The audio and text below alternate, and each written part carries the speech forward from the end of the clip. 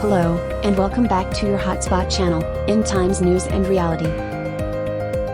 Welcome back, family. I am your host, and my avatar will be your guide. Whether it's breaking news, intriguing discoveries, or heartwarming stories, I'll be here to report it all. Family, watch till the end. The lineup is interesting and educational. First on our list, over to Fox News. The White House is perplexed by Netanyahu's decision. Well, the Fox News and Common Sense Department is perplexed that the Biden administration is perplexed that Israel is now backing out of high-level meetings in Washington. Israeli Prime Minister Netanyahu canceled the meetings because the U.S. would not veto a United Nations resolution calling for a ceasefire in Gaza. So President Biden just took another big step back from Israel. And his administration is baffled as to why Israel is unhappy. This is the same Biden who 3 months ago said, quoting here, "There is no question about the need to take on Hamas. There is no question about that. None.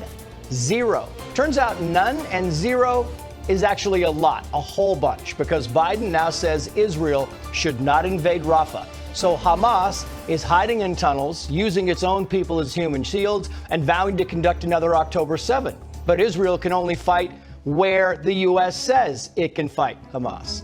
In the last days, Jerusalem will be the focal point of world politics, as we read in Zechariah 12:2 and 3. "Behold, I will make Jerusalem a cup of drunkenness to all the surrounding peoples, when they lay siege against Judah and Jerusalem. And it shall happen in that day that I will make Jerusalem a very heavy stone for all peoples. All who would heave it away will surely be cut in pieces, though all nations of the earth are gathered against it." Scripture plainly tells us all nations, including America, will be gathered against Jerusalem in the last days. I have often wondered what could possibly cause America to turn on Israel. I believe the answer is now clear. And if Israel didn't get President Biden's message, Vice President Harris now says if Israel goes into Rafah, she won't rule out consequences. Critics are going after Vice President Kamala Harris after she warned Israel about advancing farther into Gaza. She warned. What's her experience again?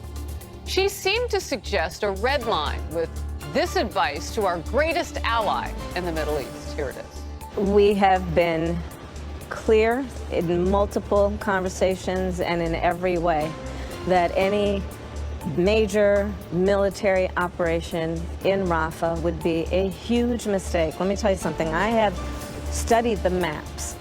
There's nowhere for those folks to go. Are you ruling out that there would be consequences from the United States? I am ruling out nothing. Social media lit up, as you might imagine. Here's one, shameful. Another, one of the world's great orators and cartographers. We are so blessed. She studied the map. And kick rocks, Kamala. Israeli Prime Minister Benjamin Netanyahu is not asking for hers or anybody else's permission. It is impossible to defeat the sheer evil by leaving it intact in Rafah. As in ancient times, like our brothers, we are also united. We are fighting and will be victorious. We will enter Rafah and achieve total victory. Psalm 2:1-12. Why do the nations rage, and the people plot a vain thing? The kings of the earth set themselves, and the rulers take counsel together, against the Lord and against his anointed, saying, Let us break their bonds in pieces, and cast away their cords from us. He who sits in the heavens shall laugh, the Lord shall hold them in derision. Then he shall speak to them in his wrath, and distress them in his deep displeasure. Yet I have set my king on my holy hill of Zion. I will declare the decree. The Lord has said to me, You are my son, today I have begotten you.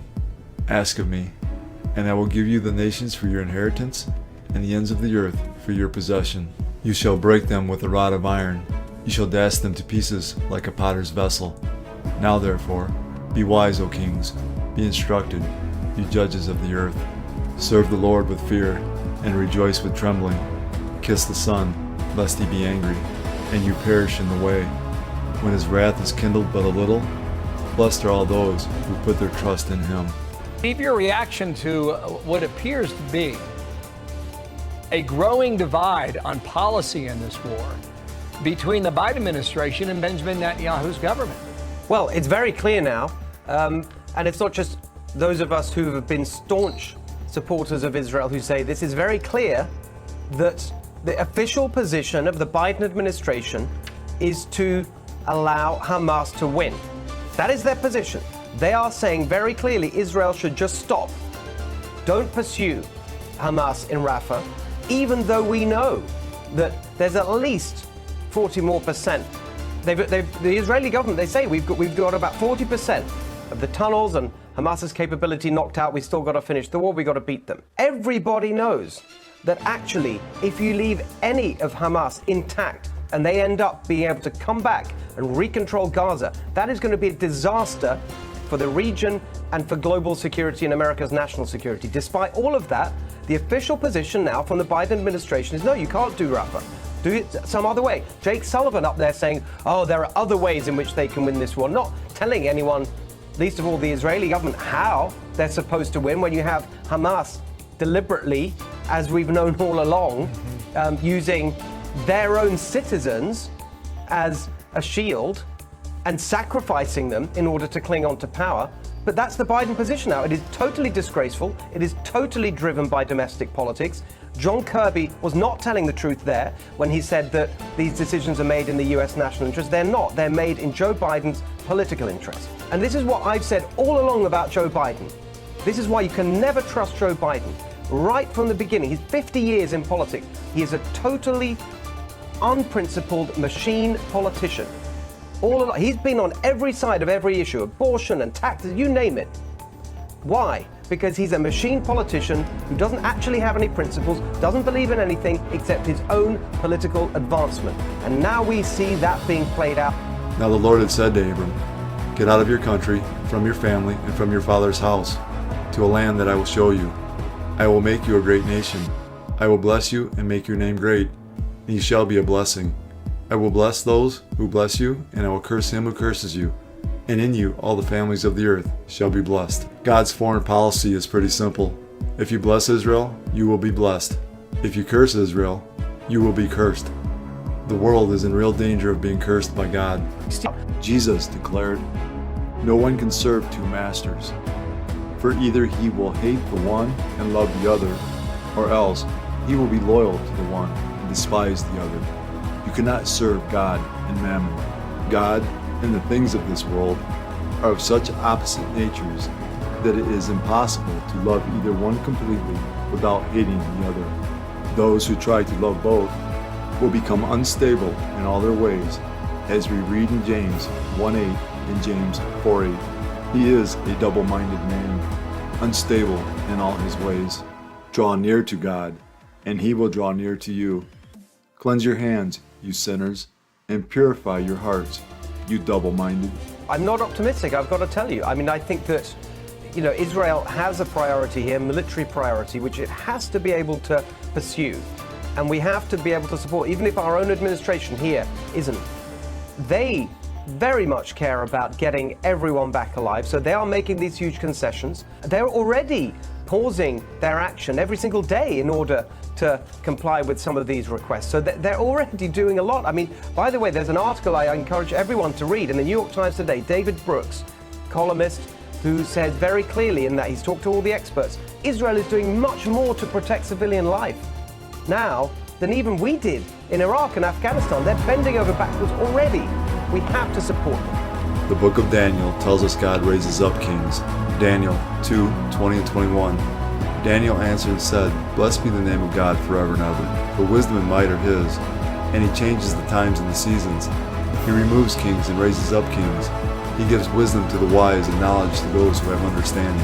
I believe God has raised up Joe Biden for such a time as this. A disgrace, shameful, appalling. These are the reactions to the U.S. vote to abstain on the UN resolution which called for an immediate ceasefire in Gaza. This action reflects yet another major break between Israel and the United States over the war to defeat Hamas. Chris Mitchell reports from Jerusalem. The draft resolution has been adopted. The non-binding resolution passed unanimously with the U.S. abstaining. It was the first UN Security Council ceasefire demand to pass since the beginning of the war. The resolution read in part, an immediate ceasefire for the month of Ramadan, respected by all parties, leading to a lasting, sustainable ceasefire. Separately, it also called for an immediate and unconditional release of all the hostages. The resolution did not condemn Hamas or mention the atrocities of October 7th. Despite the abstention, the White House said it reflected no change in its policy. It's very consistent with everything that we've been saying we want to get done here. And we get to decide what our policy is. The Prime Minister's office seems to be indicating through public statements that we somehow changed here. We haven't. But after the vote, Israeli Prime Minister Benjamin Netanyahu canceled a visit by his national security officials to discuss Israel's planned incursion into Rafah. He wrote the U.S. backed down from its stance of linking a ceasefire to the return of the hostages. He added, it gives Hamas hope that international pressure will allow them to get a ceasefire without releasing our hostages. In a statement after the vote, Hamas praised the resolution. Others, like former U.S. Ambassador to Israel David Friedman, wrote on X, just a naked demand for Israel to hand Hamas an ill-deserved victory. Hamas is celebrating the result. That tells you all you need to know. Former President Donald Trump told an Israeli newspaper that Israel has to finish its war on Hamas. We've got to get to peace. You can't have this going on. And I will say Israel has to be very careful. Because you are losing a lot of the world, you are losing a lot of support. Representative Mike Waltz sharply criticized the move. It's shameful. We don't go neutral when it comes to Israel. It's ridiculous. And if I were Netanyahu, I would pull back his delegation. Democrat Senator John Fetterman wrote, it's appalling the United States allowed passage of a resolution that fails to condemn Hamas. Republican Senator Ted Cruz wrote, today's resolution is a capitulation to and victory for Hamas. But Senator Bernie Sanders praised the resolution and wrote, the U.S. must push all parties to honor the ceasefire and rush massive humanitarian aid into Gaza to feed starving people. Israeli Defense Minister Yoav Gallant, already in Washington, warned of consequences if Israel does not defeat Hamas. We have no moral right to stop the war in Gaza until we return all the hostages home. If we do not reach a clear and decisive decision in Gaza, it may bring us closer to war in the north.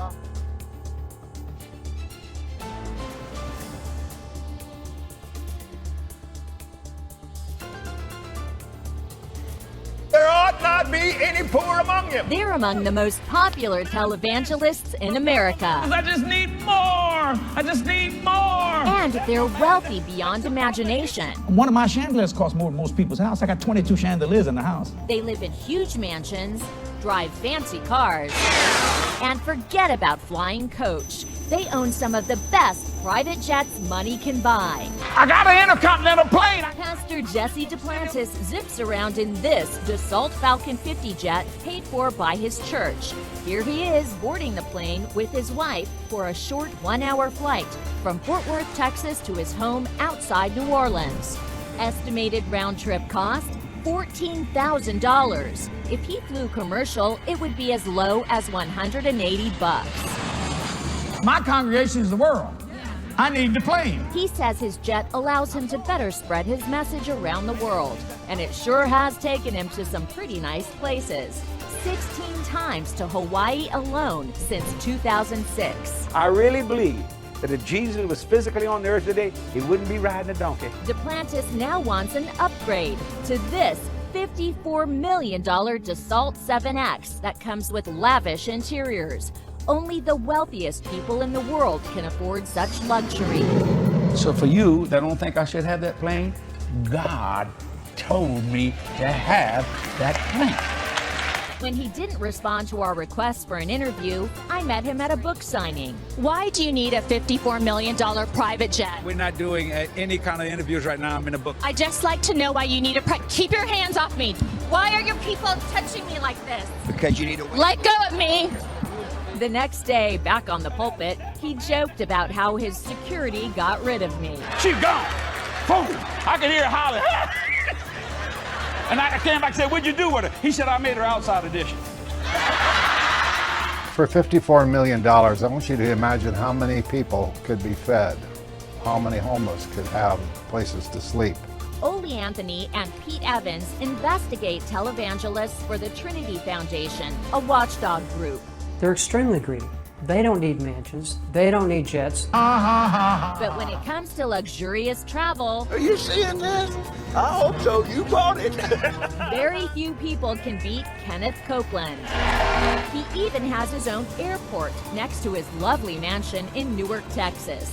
Copeland actually has 2 private jets, a $20 million Citation 10 and a Gulfstream 5 jet that he recently bought from movie director Tyler Perry. He's flown his jets to his vacation ski resort in Steamboat Springs, Colorado at least 143 times since 2000. So why not fly coach? Who better to explain his reasoning than to that other high-flying preacher, his good buddy Jesse Duplantis. This dope-filled world, right? Get in a long tube with a bunch of demons. Right, that's exactly the and it's deadly. We caught up with Reverend Copeland in Branson, Missouri. You said that you don't like to fly commercial because you don't want to get into a tube with a bunch of demons. Do you really believe that human beings are demons? No, I do not. And don't you ever say I did. How much money did you pay for Tyler Perry's Gulfstream jet, for example? Well, for example, that's really none of your business, but... Isn't it the business of your donors? Listen, he made that airplane so cheap for me, I couldn't help but buy it. They look like the homes of the rich and famous. Glamorous, multi-million-dollar mansions in stunning locations. I have a name to my house, La Maison de Rêve, the house of dreams. But movie stars don't live there. Are you financially independent like I am? I know what the heck I'm talking about. They're some of America's biggest megachurch pastors. Faith comes to a climax and produces. Like Kenneth Copeland, who lives in this $6 million complex outside Dallas. You may think that house is too big. I don't care what you think. You want to know how big it is? It's 40,000 square foot. And Reverend Jesse Duplantis, who lives in this mega mansion outside New Orleans. I'm protected from recessions and depressions. This type of lavish lifestyle with private jets and sprawling estates has been spoofed in HBO's hit comedy series, The Righteous Gemstones. You should be ashamed of yourself. Well, they're just trying to grab as much money as they can. It's pure greed. Critics like Pete Evans of the televangelist watchdog group, the Trinity Foundation, say these preachers are using a legal way to avoid paying property taxes on their pricey homes. You and I are financing their rich lifestyles. Tax records show that each of these mansions is owned by the preachers' churches, which qualifies them to be tax-free under the parsonage exemption. The parsonage tax exemption is a way for a church or religious organization to buy a piece of residential property, have their pastor live in it, and then not pay property taxes on that parsonage. It's essentially a way to make the pastor's life a little bit easier and can live a little bit cheaper. Political scientist and pastor Ryan Burge believes the exemption should be used to help out pastors like Jason Fishburne, who lives in a more modest home with his wife and family where they host church events. Everything from hosting gatherings to letting people come stay when they're in crisis, making meals for people out of your kitchen. It's the kind of job that really becomes more of a lifestyle in many ways. They say what little money they save on their property taxes is crucial to help make ends meet. Things would be much tighter for us, for sure, without the exemption. But take a look at these megachurch pastor examples. This home, owned by Redemption Church, where Pastor Ron Carpenter lives, is listed for sale on Redfin for almost $8 million. If you have a multi-million-dollar house, your property tax bill could be $30,000, $40,000, $50,000 a year. But if it's classified as a parsonage, now you don't have to pay property taxes on that home. That $50,000 could pay the salary of an elementary school teacher in your local public school. But according to tax records, the church paid no property taxes on it last year. Pastors Ivy and Bridget Hilliard live in this Spring, Texas complex owned by New Light Church World. When I fly to my home and I see it, how it is spread out, and I look at all that God has blessed me with, and I thought about walking off. I'm glad I press my way. Amen, amen. Records show it's worth $8 million, but they paid no property taxes last year. And this preacher pad may be the biggest of all the parsonages in America. The mansion behind me is where Pastor Jesse Duplantis lives. It's located outside New Orleans, and he has said it cost about $20 million to build. And he often brags about all the valuable artwork inside.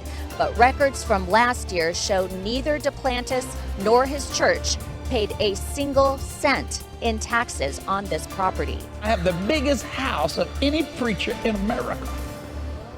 I'm saying that on television. You don't think they're gonna nail me next week when I get home? Duplantis didn't return our calls or emails, so we caught up with him in this Georgia church parking lot. We wanted to ask you if you're paying property taxes on your mansion in Louisiana. To me, those houses look more like a fortress than an open door. And I don't know how a person could justify that being an extension of the church. Yeah, it's discouraging to see how far these guys have diverged from the teachings of Jesus. And you have some fancy clothes. I mean, for a pastor, you are living a life of luxury. You've got great homes, you've got great planes, you drive in limos, and Very wealthy man. you're a very wealthy man. Yes. A lot of people maybe have a misunderstanding then about what you do in prosperity preaching. So the final question is this. To those critics that say that a preacher should not be living a life of luxury, what is your response to that? They're wrong. It's a misunderstanding of the Bible. I had to learn this, like I said, from the Bible and from my spiritual mentor, Oral Roberts. And I learned it from him, working with him, and then he was close friends until he died. And he took the same heat for believing God would prosper you that I've taken over the years. And Abraham was a very, very wealthy man. Galatians chapter 3.